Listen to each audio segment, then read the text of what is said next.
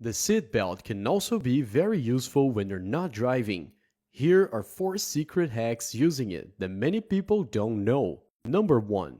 If your car breaks down on the road and you don't have someone to help push it, just pull the entire belt strap to its limit. Then close the car door and pass the belt diagonally across your shoulders.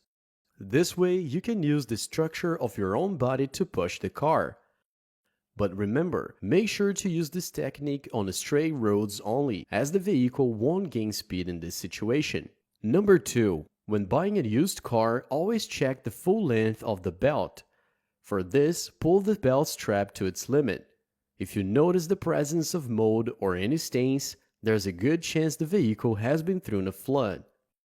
Number 3. Also, when we buy a car, it's recommended to check the production date on the seatbelt tag. Open the passenger door and check the production date recorded on the tag.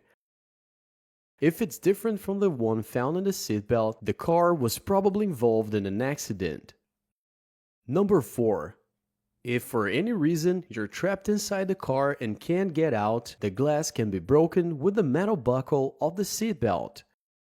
This way you can create an exit through the window and escape in extreme situations.